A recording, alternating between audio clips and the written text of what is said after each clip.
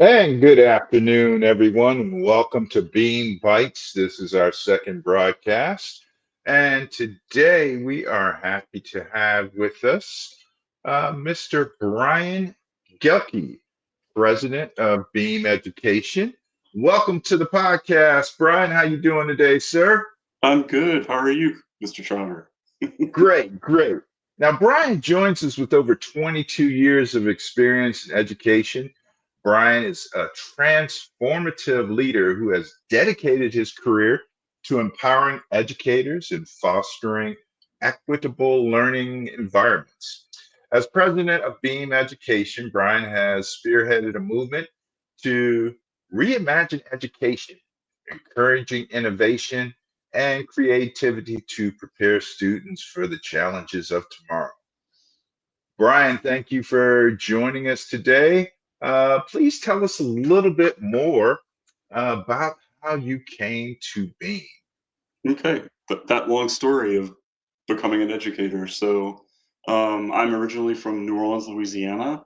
Um, Born and raised there. Ended up going to college at the University of New Orleans, where I majored in elementary education.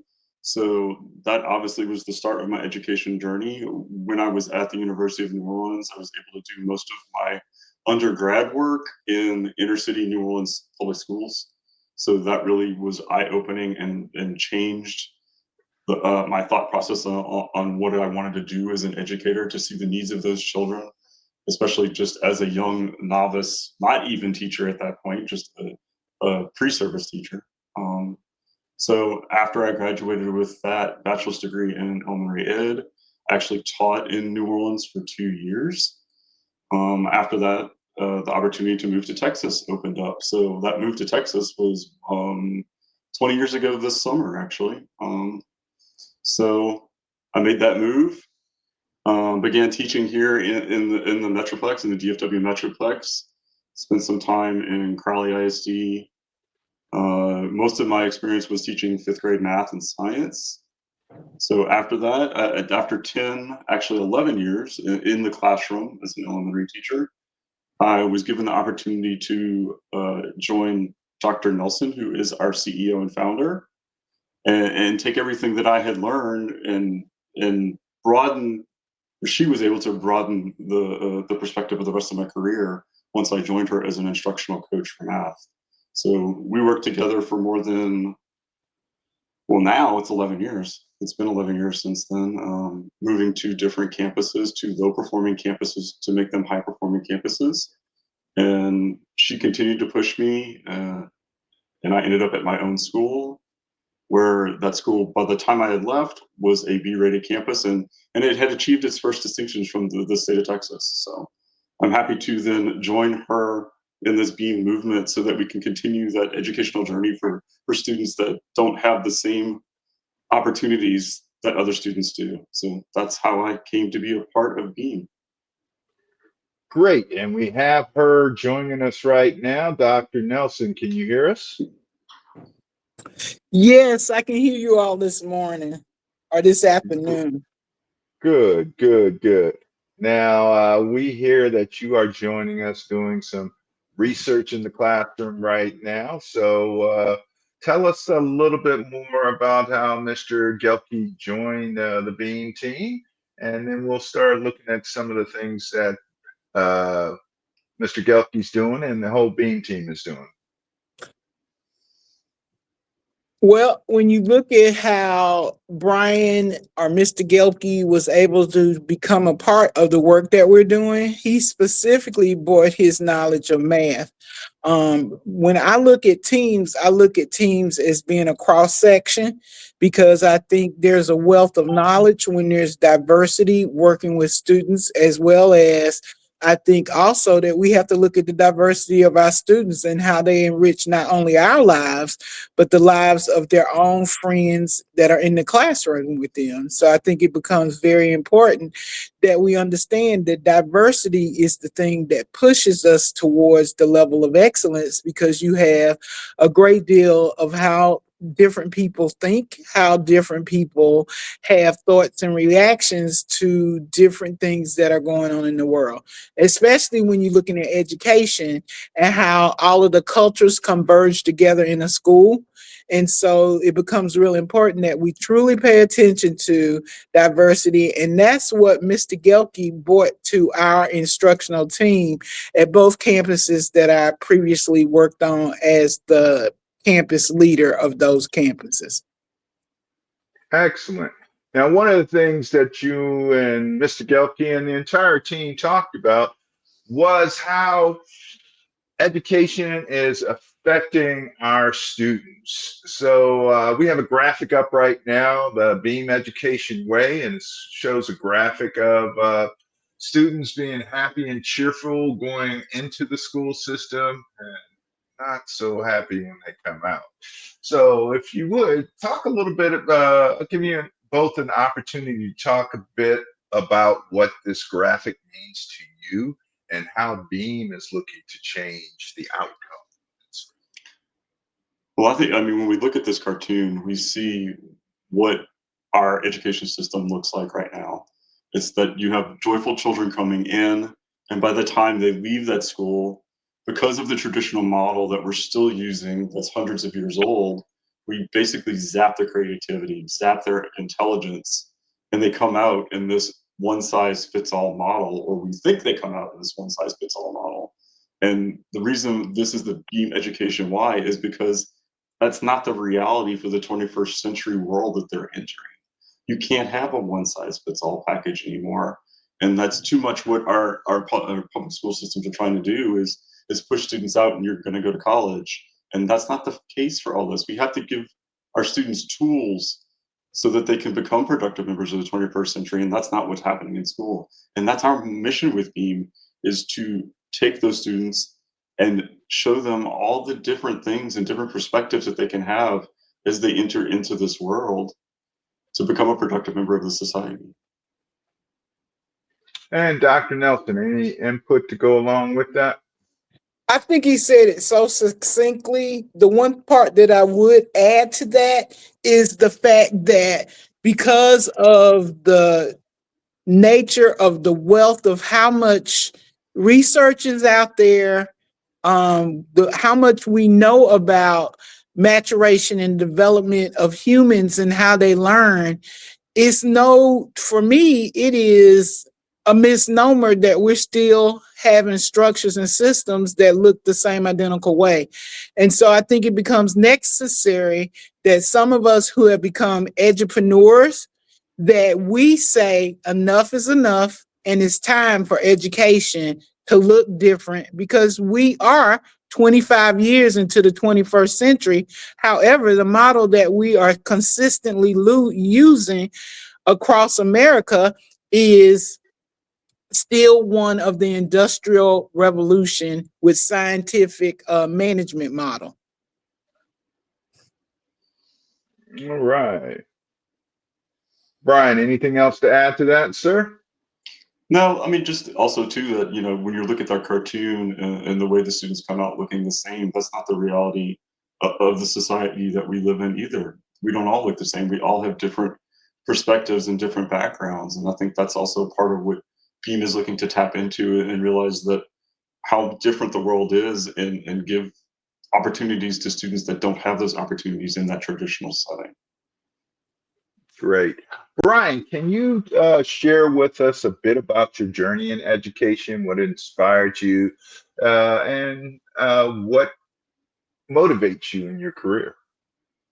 I mean, there's a lot of things that have inspired me. I mean, I can go all the way back to being a fifth grade student and thinking about Miss Miller, my fifth grade math teacher, during that year that everybody called Miller the Killer, but she really was one of the nicest people that I had ever met. And she was actually able to help me through that year because both of my grandfathers had passed away. I mean, that's when I think about my journey, I go back and that's kind of where it really started.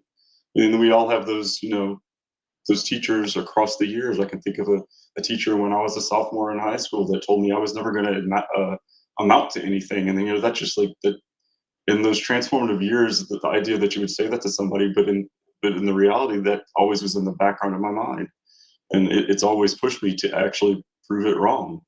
I mean, and then moving into, like I said, I started my work in New Orleans public schools and seeing the lack of opportunities for some of those students. And it really boils down to that they just don't know what the opportunities are out there. So, I mean, that's actually something that I carried forward, obviously, to my time working with Dallas ISD and being an administrator in Dallas ISD. And the point was to always, show those students there is another way. There are opportunities for you. Let me show you, and be those adults, in front of them that can show them their way. And also, I also believe it's also very important that students, one, have people that look like them in front of them, but also it's important for them to see people that do not look like them in front of them and know that they are also champions for them as well, because that's also part of the world that they're moving into as adults. Great. Now, we always know that facts tell, but stories sell. So, what stories, and I'm going to go to Dr. Nelson first, what stories do you have about your impact on education with the Beam tech teaching techniques? So, Dr. Nelson, ladies first. Well, I think because I was the administrator, this would be a very good question for Gelke to answer because the structures and systems that we set up are the same structures and systems that we will be using in our micro school that we're opening up in August 2025.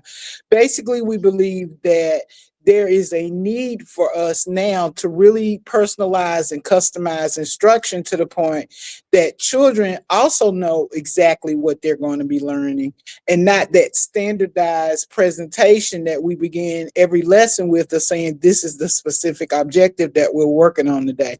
It's our goal that even from a week ahead of time with certain kids that they already know what's coming up on Monday morning because of the work that we've done. Another thing that I know Gelbke is going to expand on it, even though we couldn't do a lot of it in Dallas ISD because we were under state policy and procedure. But what we did was we would cluster our kids using something called a personalized education portfolio to really discover where our children were and how we can move them. And through that discovery, we were able not only to move one building in Dallas Independent School District, but we were able to move two buildings.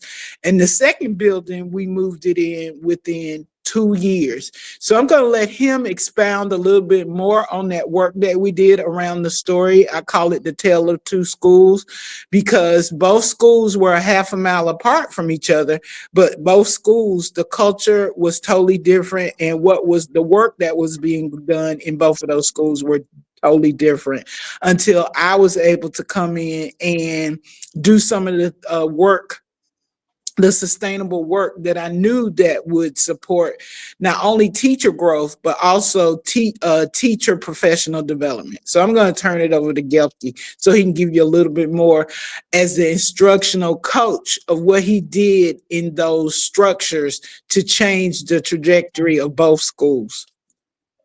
So I think the first thing that needs to be said is that Dr. Nelson created a team around her that was strong in different areas. She mentioned that earlier. So you bring that team in, and that team has to work together. She made sure and ensured that we were trained and we worked together, and that we were able to hash out ideas and differences before we presented them out to the rest of the school. But as a math coach, I mean, the big thing, and you hear this a lot, but it really is true, is that you have to start with the data that you have in front of you. And a lot of times people don't necessarily know how to dive into the data that they need or the way they need to. And like she was saying, with that personalized education plan, it causes you and forces you to look at each individual student on their trajectory. What are their strengths? What are their weaknesses? How do they go to help those or booster those weaknesses? How can they help somebody else that's next to them to booster their weaknesses with their own strengths? And it's a very individualized plan that you have to do for each one of those students in the classroom. And I'll also say you're doing the same thing for the educators in the classroom too, as we all know, everybody has strengths and weaknesses. So you also have to look at those educators around you and figure out ways to booster their weaknesses so that they're making a positive impact on the students that are in front of them. Excellent.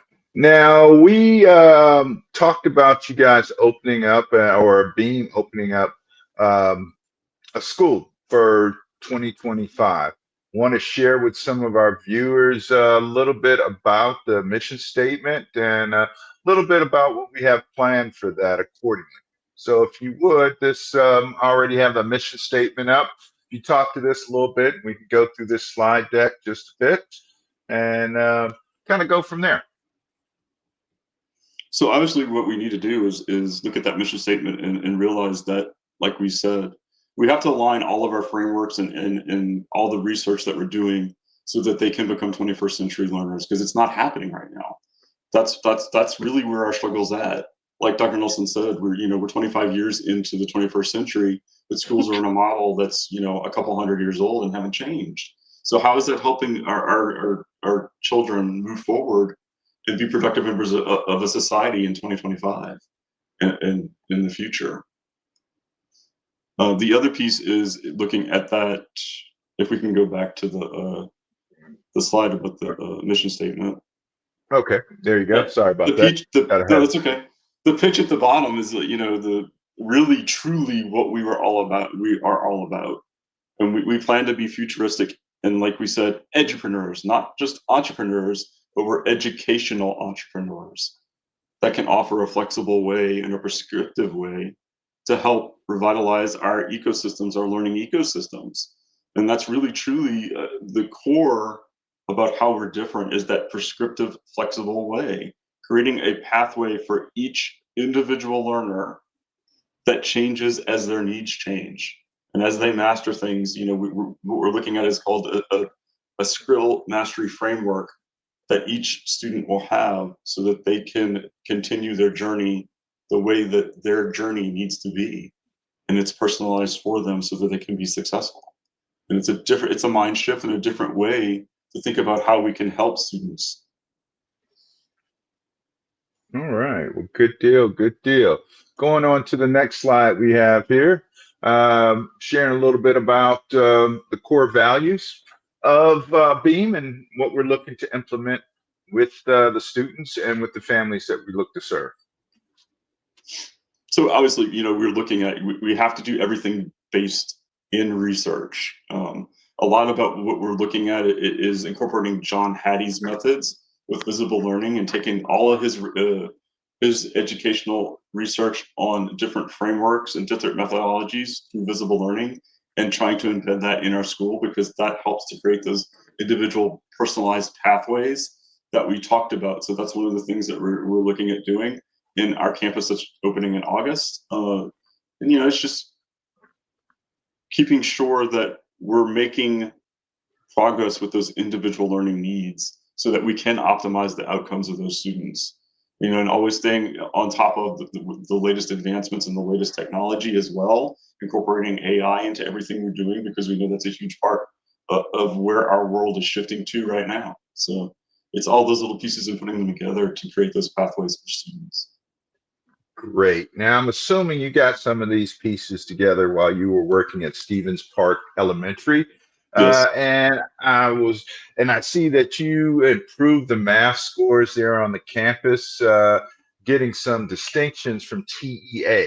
So Mm-hmm. tell us a little bit about, where you guys started, score wise, where you guys ended up, and what did you guys do that was different that made it possible to help you make such great changes and advancement in the scoring for those students? Yeah, let's see. I was at Stevens Park for 5 years, 1 year as an instructional coach, and then moved into administrator role.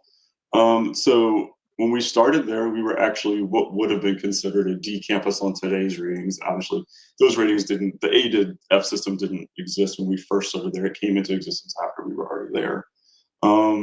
So just taking those perspectives that Dr. Nelson had embedded into my mind and my practices over the many years that I was with her at two separate campuses, and looking at the data and doing those individualized plans and pushing teachers to look outside of the box and look for different methods, because you always want to do the same old when you're on a campus, and obviously that wasn't working if you're a T-rated campus. So that's some of what we did, and obviously then COVID was thrown in there, which was a whole nother loop, but it forced us to push technology more and look at different ways, obviously, to teach students and open up ideas. So one of the things that we did there, like I mentioned before, was we started this visible learning process. We were actually at Stevens Park working on a visible learning trajectory. It was actually a 5-year trajectory of becoming a certified visible learning school through Hattie's company, through Core One. And we started that process. We were in the second year of that process before I left, but it's embedding all of those things that we've talked about with those individualized plans, making students owners of their learning, which is really why I truly love the visible learning process. But it's not just, like I said, it's also about the team that's around those students. Everybody in that building has a part in everyone's trajectory, and that includes the students sitting next to other students. And they have to understand that. And it's also that piece of understanding your own weaknesses and own strengths so that you can help somebody else. And the main piece of that journey also is giving students a voice and listening to them. They have a perspective, and it's something really important that we need to do is listen to our students. A lot of times they don't feel like their voice is heard. And that was a huge part of also the visible learning process that I absolutely loved. And I know that's why we made the gains that we did in pushing towards becoming a B campus with multiple distinctions. That process, when you actually track a student and give them individually what they need, not a whole classroom full of students, but that one individual student, you can help them propel and help them see the significance of their own learning, and also provide them with showing different ways on how they can be productive members of society as they grow up and become adults. Excellent, excellent. Now, how was your experience as an administrator and an instructional coach? How's that shaped your philosophy and your leadership as far as with B.E.A.M education? And if anybody else has any questions, if you email those questions to us at Claude R. Trotter III at B.E.A.M Education, then that way I can present those questions to Mr. Gelbke as well. Go ahead, Bryan. Well, I mean, it totally changes your perspective when you become an instructional coach and an administrator, because obviously when you're in the classroom, you only know what's going on truly in your classroom.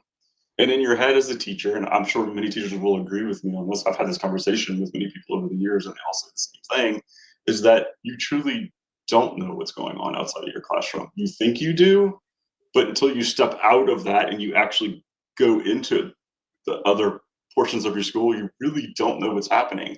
And you think that everybody's doing exactly what you're doing in your classroom.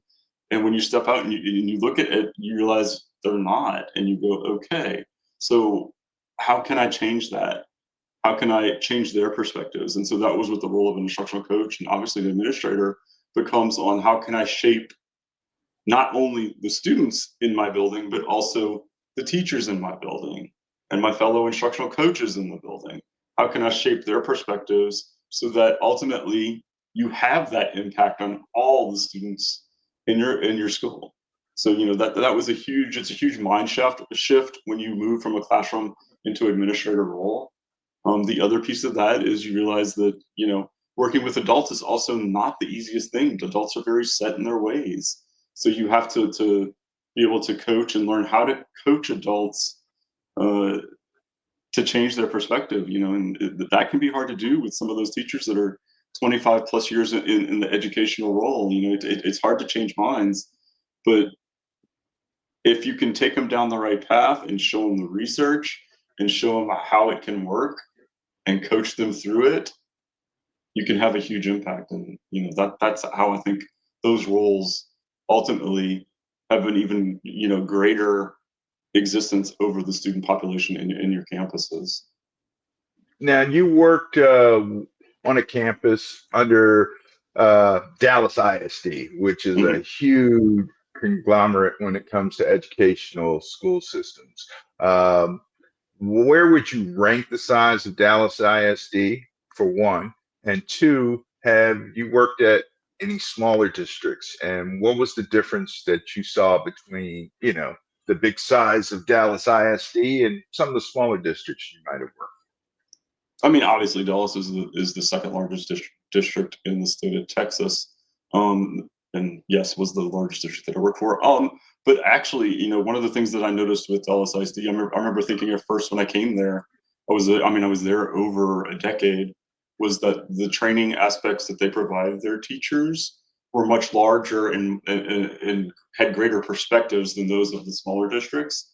So that piece was definitely helpful as you're moving into a larger district. I mean, but some of the smaller districts too, obviously everywhere you are shapes who you become as an educator. I worked in Crowley ISD and had great opportunities there, worked in Burleson ISD. And like I said too, I also worked in New Orleans for a couple of years too. But Dallas provided some great training and was a great help in pushing me towards becoming an administrator. Obviously, Dr. Nelson was also a huge part of that as well. Wouldn't have met her if I wasn't at Dallas ISD either. I wouldn't be on this journey right now if I hadn't been in Dallas ISD. So, everything happens for a reason. Great, great. Now, you talked a lot about Dallas ISD. What additional training or support have you gotten? I've heard both you and Dr. Nelson talk about being alumni of Leadership ISD. Mhm. Tell me a little bit about what Leadership ISD is and how it helped you develop your educational philosophy that you have today. Yeah, it was part of a cohort for a year. Like you said, Dr. Nelson was also. They're all about equitable services for students, and how do you provide those, especially in the Fort Worth area. I mean, I know Dr. Nelson did hers in Dallas. I did mine in Fort Worth. But it's just they're all about creating opportunities for students, and it truly did align with my perspective as an educator. That's why I was so happy to be a part of it. But it's also about they teach you how to create connections in different fields. So it's not all educators, even though it's called Leadership ISD. It's a vast section of the entire city, business people, parents, things like that. So it was just bringing people together to create those pathways so you can create meaningful relationships in order to get things done for students in the city of Fort Worth and in the city of Dallas that, like we said, don't necessarily have the same opportunities that other students have, and creating those different perspectives for them. And it teaches you how to network. So, it actually helps me a lot with moving into the business side of things with B.E.A.M education. It's a different, it's a totally different role than just being on a campus by yourself. So it definitely did help me with perspectives as we moved into this B.E.A.M education journey as well. Great. Now, you've been a strong proponent of social emotional learning. Why do you think this is critical for today's students, and how have you seen it transform schools? Oh wow, social emotional is such a huge piece of being able to do anything on a campus. Um, if students don't have the right perspective when they walk into your building, then that day's learning isn't going to happen. So, one of the things we talked about all the time is when we were in Dallas ISD at Carver Learning Center was a huge turnaround campus, and our main per, not perspective, but our main focus that first year was on social emotional learning.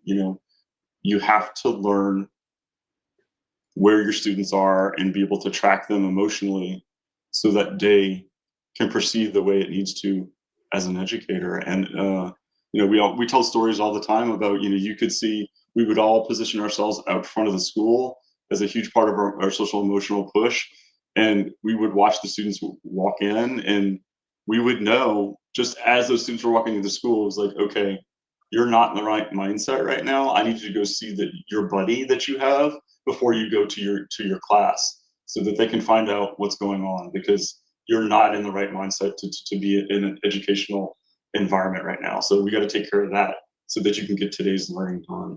It's a huge part of, of what we're about at B.E.A.M Education as well, because we saw how it worked.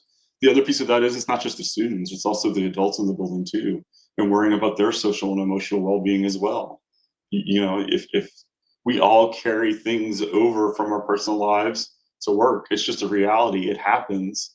And as teachers, we push things aside and tend not to care about ourselves because we're so focused on our students. But you have to take care of yourself as well.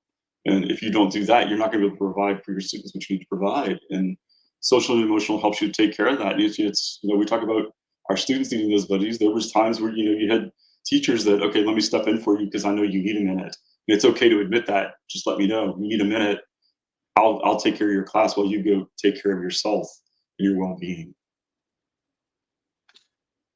Great. It sounds like you have a real supportive system or come from a real supportive system that's supportive of the teachers as well as the students. And how does this go over to the administrative staff and also to the parents and the community as a whole? How does this philosophy blend in with the extended ecosystem of education? Well, it's exactly what you just said. It's an extended ecosystem. So, as I've talked about the students and the teachers, the parents are a huge part of that ecosystem as well. What we say is that everybody in that building is a part of that ecosystem. That's your school secretary, your school nurse, your janitor, anybody that's in there, volunteers. They're all part of that ecosystem. And that's why we also, with B.E.A.M Education, we're pushing a huge parent advocacy piece so that they are a part of their children's journey. And it's also a piece that we can provide so that we can teach them the different ways that they can be productive members of society. So yeah, it's a huge wraparound experience when we're talking about that, and that's what B.E.A.M Education is about. You got to take care of everybody in that ecosystem in order for that ecosystem to be effective. If something falls out of that ecosystem, then the ecosystem's going to fall apart. So that's why it's always important to include everybody. So, how did you get the support staff and the parents and the families involved or in a line with the lesson plans that the instructors might be sharing with the students at any particular one point or time period? I mean, it's conversations. You're having meetings and conversations with people to bring them in and bring them apart. A huge part of what we did, which also aligns with the visible learning process, is having those students being in charge of those conversations. So, when we would have conferences, those students would lead those conferences. The adults would step away, and the student would talk about their role in the classroom, their role, their strengths, their weaknesses, where they needed to go, where they were headed next, and have those conversations so that they were bringing their parents in it as well.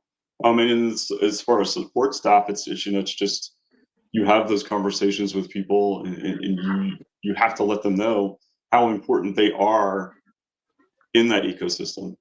That they are a huge part of it, that what they do every day contributes to creating that environment that is conducive for the students in the building that you're in. As you continue to build toward the opening of B.E.A.M Academy in 2025, have up on the screen some of the things that you want to introduce to the parents in the community that B.E.A.M Academy is going to bring to them.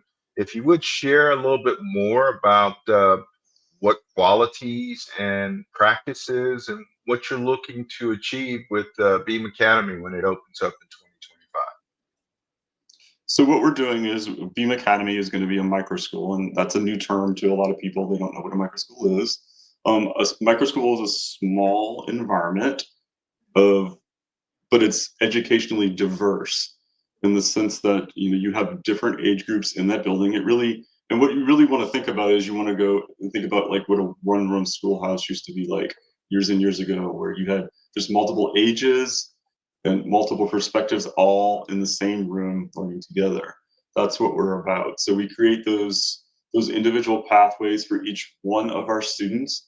I've talked about that, what we did in the public ISDs, but we get to do that even deeper in our B.E.A.M micro school. So each one of our students will have their own individualized personal education plan that they will follow.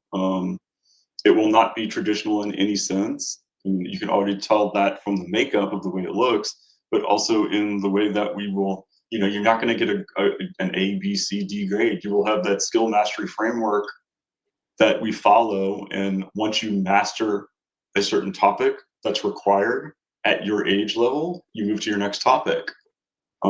So that's going to be a huge mind shift for a lot of people, because you can talk to some adults and they think, well, why do you need to change the system? I mean, it's been like that forever, and that's the point. It's been like that forever, and it's time for a change. It's time for a different perspective. So let's do that. So as we create those different pathways for our students, let's also put them in that classroom where they're all working together. Just like when you get out into real world, that's the way it's going to be too. So, we create those pathways that don't have the traditional grades, but we hit those mastery levels that you have to hit in order to be successful. So you will move through that progression until you hit the point where you've mastered everything that you need to do in order to graduate according to what's needed by the state of Texas. Great. Right now, we have the slide up, the challenges we are facing, the following challenges. So, challenge one, partnership network marketing. Speak to that and how it's relating to B.E.A.M Academy opening up in 2025, and what are the members of B.E.A.M doing to overcome these challenges? You have to create different partnerships. We're creating a system where it's a different mindset and a shift in thinking. So you have to create partnerships and bring people in and network with people that have the same perspective that we do as far as there needing to be a shift. So that's what we're about, and what we're going out and doing right now is creating that network that will help us as we open B.E.A.M Academy in August. It's also the marketing aspect of getting out there and doing little camps and things like that, so people can see how we're different and how we also bring entrepreneurship into everything that we do in B.E.A.M Academy, and so that they can see how different it is, and then they go, I want to send my student there. But it's definitely a different perspective for me, having come from that educational background and not the business world. We worry about our one little piece of that ISD that we're in, and this is a huge different perspective as far as looking out to the different possibilities from businesses and partnerships that we can create that want to help B.E.A.M move along the way. So that's where we are right now. We're trying to create those partnerships and networking opportunities. So we're always looking for more people that want to join us on this journey. So if anybody's out there and they want to join us, please make contact. We will gladly talk with you and figure out how you can help us in that journey. Yes, you can email me at Claude R.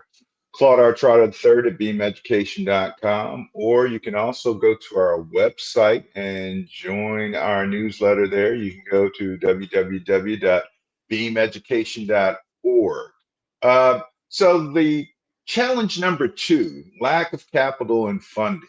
How, if people want to participate and support funding wise, how can they go about doing that? And what's kind of needed on the funding aspect of starting a micro school?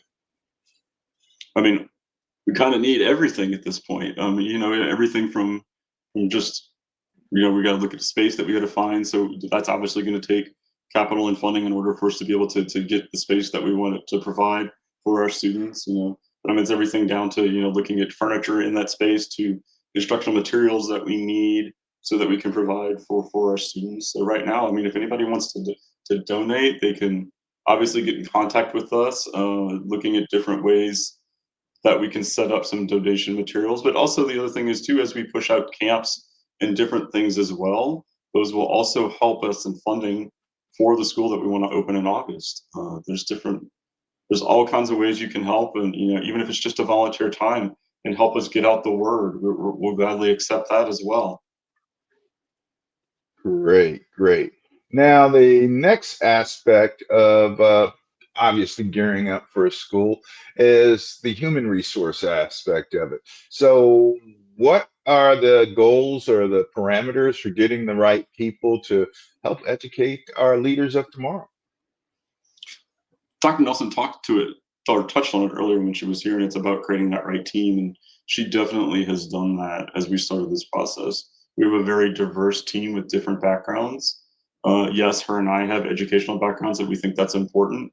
But there's also members of the team that don't have educational backgrounds. Mr. Trotter himself doesn't have an educational background, but is a huge part of what Exactly. we do, day in and day out, and able to provide these services that we're doing right now because of him. But it's about getting that team together and creating a team that does have that synergy. um, it's also about creating a safe space so that you can, one of the things that we do is, we throw ideas out there and we spar with those ideas. Sometimes we agree, sometimes we don't agree, but in the end we come to a consensus about it. So that's a huge part of it as well. It's also the way that we operate the campus as well. As an educator on the campus, you have the right to go throw out ideas and feel like it's a safe space and that you can do that. And if you have the research to back it up, then let's go with it. Let's try it out. Great. Now, speaking about research, we have the marked analysis slide up. And being as a member of the team, we also discovered that is a need for enrichment programs to be able to help supplement some of the homeschoolers and different programs that might need some supplemental information, even in the public schools. So, will Mhm. you talk about some of the enrichment programs that B.E.A.M is doing even before they get started with Mhm. B.E.A.M Academy? One of the things back beginning in November, we had a pitch competition in which we had a great winner. But that was kind of where we started with things we're pushing out, growing on that aspect on the entrepreneurial side of it. We're going to push out a kids entrepreneur workshop camp in the coming months. That way, that the students that or the children that join us on that camp or in that camp will learn how to create a business model and create a pitch over the course of 4 to 5 weeks. And then that last week, they will actually have their own small pitch competition that they have to create. So that, that's part of the ways that we're getting things out there. That's also for those homeschool students that need some enrichment or a socialization aspect. So that'll be out there for them as well. Looking at all those different models. That's what we're about now, and not just focused on the traditional aspects of education. And it seems like the state's leaning toward the same thing with diversity and educational choice and options. Um, how do you see Beam Education and Beam Academy fitting in or playing a part of the solution options that the public's going to have to choose from now that Beam's on the Absolutely. scene? So yeah, Texas is seeing a huge shift right now. Obviously, there's been all this talk about school vouchers and things like that and school choice. Um, People are looking for something different right now, and we want to be one of those choices for people. That's our goal, is to be that additional choice. That if they want something different, we are different, and they can join us on our journey. And that's really what Beam Education is about.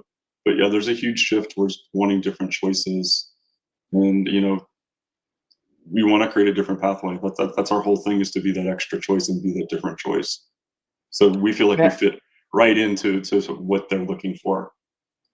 now, will you kind of go over some of I guess you would say the traditional options. We've always heard about public school.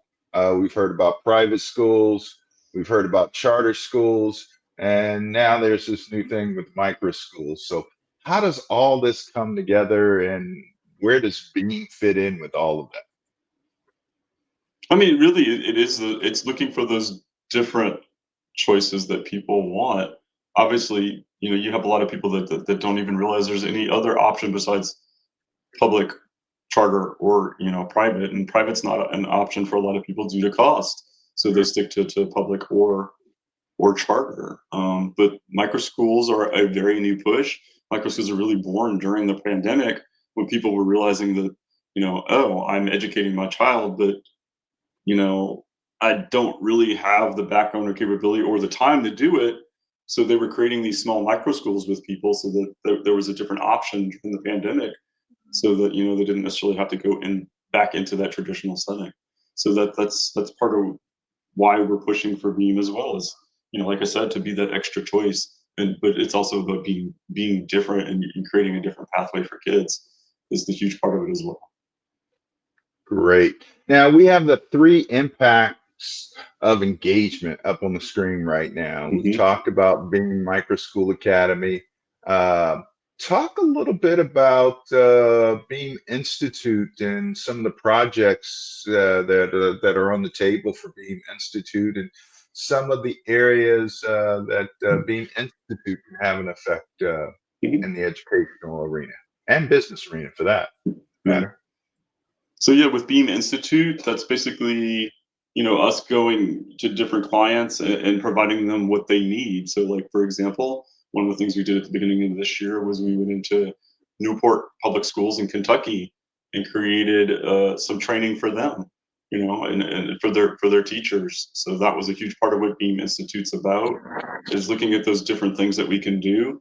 We have other things that we do. We do educational audits for people so that they can find out where their deficiencies are at and where their strengths are at, and also provide different plans for them on how they can bolster the pathways that they are on. Excellent, excellent.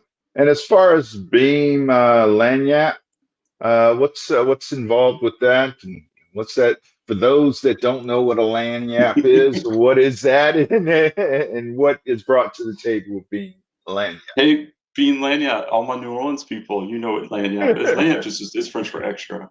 So it's those extra services that we can provide.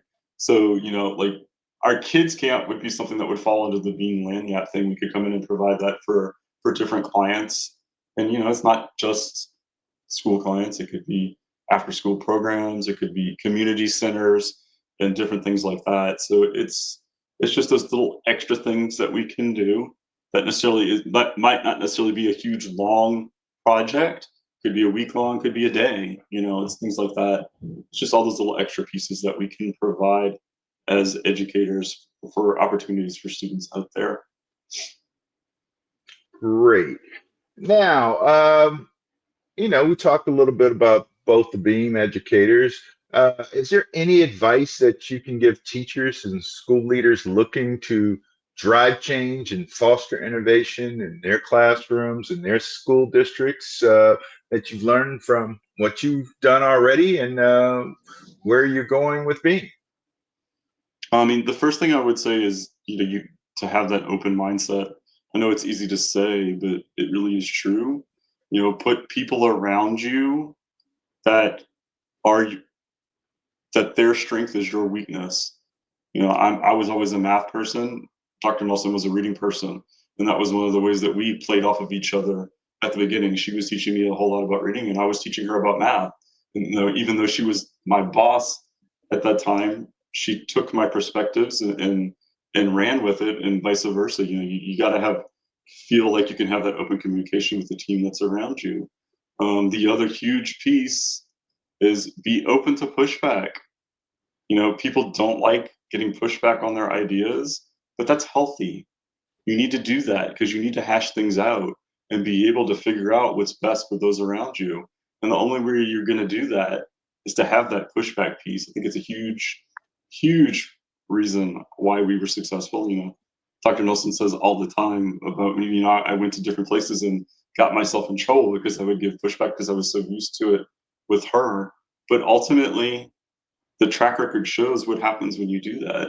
And even the places I went after, we were successful because we had that pushback piece in order to hash out those different perspectives. And yeah, sometimes you're going to be right and sometimes you're going to be wrong, but that's also a huge part of life. And it's just, I can't stress how important that piece actually is in what we do as educators.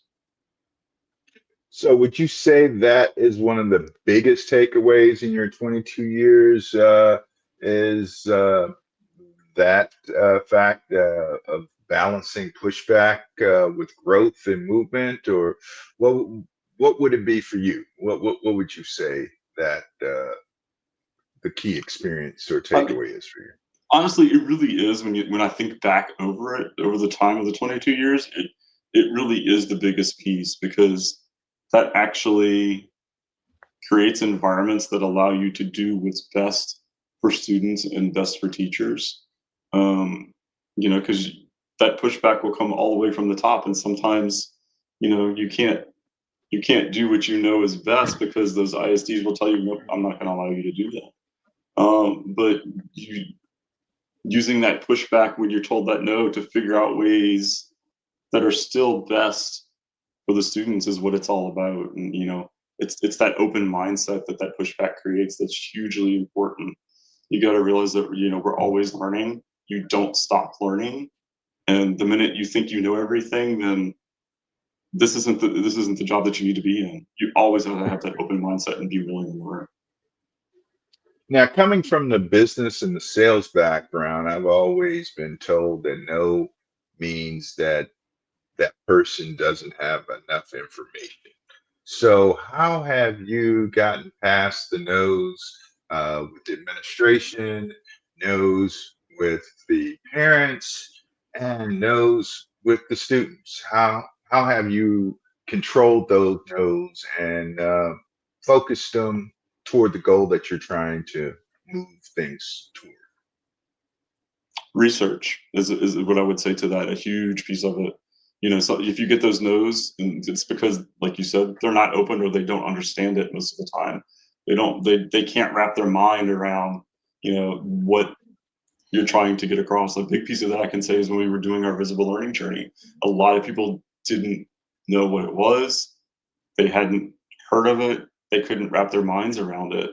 So it was taking that step back and finding all those research pieces to prove what you're trying to get across to them and show them, and you know, and just breaking things down to a simpler version of what it is based on that research in order to get that point across. And that's how you win people over. You can provide them with that educational research, you know, and there is educational research to back it up, then you know you're going to get your point across. You just got to figure out what is the reason why they're closed-minded on that right now. Once you do, and you have that research behind you, you'll be able to get your point across. Now, from the business background, I've always been told nobody cares how much you know until they know how much you care. So, Mm. how do you make that connection of showing you care with the families that you serve and the students that you teach? Uh, you just have to be open and willing to be there at all times. You know, that's I mean, as educators, it's not a 9 to 5 job. It's a 24/7 job, unfortunately, when you look at it. But that's how you make those connections and create those relationships. They have to know you're there. They have to know you care, and you have to show them in different ways. And if it's, you know, I've got to be there and be on call anytime. You know, we do that as educators. That's what we do. It's those little things that show that you care and that you're willing to give the time. You know, it's just the other huge piece of that as an administrator is being a listener. That's one of the other things that I took away from being on the administration side. You have to be a listener. You don't always have to say something. Some people just want to be heard and just want to be listened to. And a lot of times that's what parents wanted as well as an administrator and as a teacher. I mean, just in general. They want to be heard and they want to be listened to. And that's all you need to do sometimes. You know, you don't have to necessarily agree with what they're saying, but as long as they felt like you heard what they said, then you'll be successful. Great. So, we got about 6, 7 minutes left. Would you care to share with us a story that touched you from your educational career on how you were able to work with a student or work with the family and have them get that aha moment where they finally discovered or it finally broke through what you were trying to share with them and teach them? Hmm. Wow, that's a good one. There's so many stories that I could go after, but you know, one of the ones that I still think about this day goes back to my student teaching experience, and I think it kind of laid the groundwork for everything. Is I had a student when I was student teaching that his parents were going through a divorce, and he didn't know how to cope with this. This was the fifth grade student, so we're talking about a 10, 11-year-old. I mean, and would have breakdowns and all these things, be on the floor in the classroom. Like I said, mind you, this is why while I'm student teaching, so I'm not even the full-time teacher in the classroom. But it was an opening perspective of what the educational journey can be like, and it was really where I learned that whole piece about listening. I would have to have conferences with him, and I would just listen to what he was saying. And like I said earlier too, is like creating and making him feel like he had that voice, because nobody else was listening to what he was going through and what his perspective was on everything. And that aspect right there really opened my mind about what this journey was going to be like, and that it wasn't going to be an easy journey. It never is. It's hard to get people outside of the realm of education to understand how hard that journey can be. And I think that first experience with me and that student opened my eyes, so that I had to be open to the way I was doing things and be different to the way I was doing things, but also to make sure that the student's voice was heard at all times as well. And it truly did embed in me, what I needed to do as an educator over these last 22 years. Great. That's a great story. Now, with the 4 minutes we have left, if you could change one thing about the current education system, what would it be and why? I'm gonna say the same thing that every educator would say: testing. Just we've become so bogged down in the testing aspect of everything. Yes, you need data, but the entire world should not revolve around a test that you're going to give, in April of every year, that then changes everything that you do, for the following year. It's just not the way it should be. It's not the real world. I mean, that's also a huge part of what we're doing with B.E.A.M as well, is not having to worry about that. Yes, you have those mastery levels that you have to hit, of course. And yes, you do need baseline data, but there's ways to do that so that it doesn't become the only thing that your educational journey is about. And unfortunately, that's what a lot of our students and a lot of our parents and a lot of our teachers feel like now, is that you can't teach anymore because it's all about testing. And so that's what we're trying to get back to, is that teaching aspect and putting students in charge of their journey.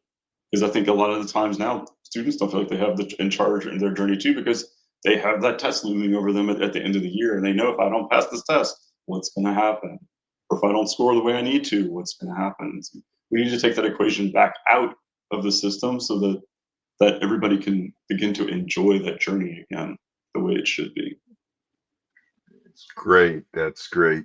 We got about 2 minutes left. So to wrap things up, share with our guests. It seems like the Beam timeline started basically with the frustrations of what you saw were some of the changes that needed to Hmm. be made. So take us a little bit up through the recent history of what Beam has done, and we'll close out on how people can join the Beam movement. Okay. Yeah, this journey started back in the spring of 2022. That was when the idea of Beam Academy itself was started. Um, at that time, we thought our journey was going to lead us to opening a charter school with this Beam Academy vision. So we did. We submitted an application with TEA to open a Beam Academy charter school. That was a huge undertaking. It was like it's like a 400 and something page application that we had to fill out and submit and go through, and there's interviews involved and all kinds of things that you had to do. We did that. We felt good about it at the time, and then we got to the end of that, and TEA said, "Oh, I'm sorry, you missed our cutoff by only 10 points." So we took that as another challenge. That was in the spring of 23.